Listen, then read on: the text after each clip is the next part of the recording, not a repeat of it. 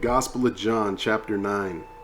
As he went along, he saw a man blind from birth. His disciples asked him, "Rabbi, who sinned, this man or his parents, that he was born blind?" "Neither this man nor his parents sinned," said Jesus, "but this happened so that the works of God might be displayed in him. As long as it is day, we must do the works of him who sent me. Night is coming, when no one can work. While I am in the world, I am the light of the world." After saying this, he spit on the ground, made some mud with the saliva, and put it on the man's eyes. "Go," he said to him, "wash in the Pool of Siloam." This word means sent. So the man went and washed, and came home seeing. His neighbors and those who had formerly seen him begging asked, "Isn't this the man who used to sit and beg?" Some claimed that he was. Others said, "No, he only looks like him." But he himself insisted, "I am the man." "How then are your eyes open?" they asked.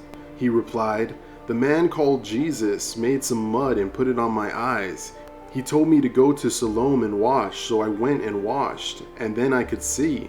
"Where is this man?" they asked him. "I don't know," he said. They brought to the Pharisees the man who had been blind. Now the day on which Jesus had made the mud and opened the man's eyes was a Sabbath. Therefore the Pharisees also asked him how he had received his sight. "He put mud on my eyes," the man replied, "and I washed, and now I see." Some of the Pharisees said, "This man is not from God, for he does not keep the Sabbath." But others asked, "How can a sinner perform such signs?" So they were divided. Then they turned again to the blind man. "What have you to say about him?" "It was your eyes he opened," the man replied. "He is a prophet." They still did not believe that he had been born blind and had received his sight until they sent the man's parents. "Is this your son?" they asked. "Is this the one you say was born blind? How is it that now he can see?" "We know that he is our son," the parents answered, "and we know that he was born blind. But how he can see now, or who opened his eyes, we do not know. Ask him, he is of age. He will speak for himself." His parents said this because they were afraid of the Jewish leaders, who already had decided that anyone who acknowledged that Jesus was the Messiah would be put out of the synagogue. That was why his parents said, "He is of age, ask him." A second time they summoned the man who had been born blind. "Give glory to God by telling the truth," they said. "We know this man is a sinner." He replied, "Whether he is a sinner or not, I don't know.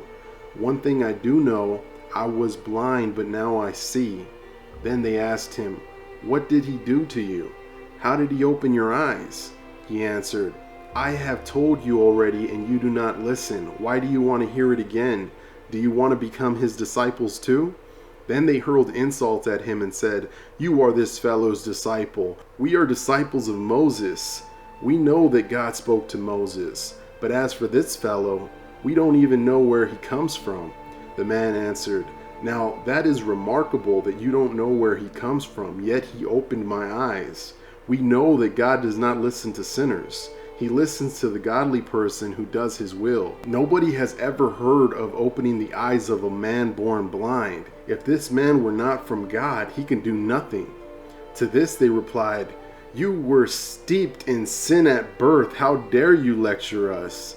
And they threw him out. Jesus heard that they had thrown him out, and when he found him, he said, "Do you believe in the Son of Man?" "Who is he, sir?" the man asked. "Tell me that I may believe in him." Jesus said, "You have now seen him. In fact, he is the one speaking with you." Then the man said, "Lord, I believe," and he worshipped him. Jesus said, "For judgment I have come into this world, so that the blind will see, and those who see will become blind." Some of the Pharisees who were with him heard him saying this, and asked, "What? Are we blind too?"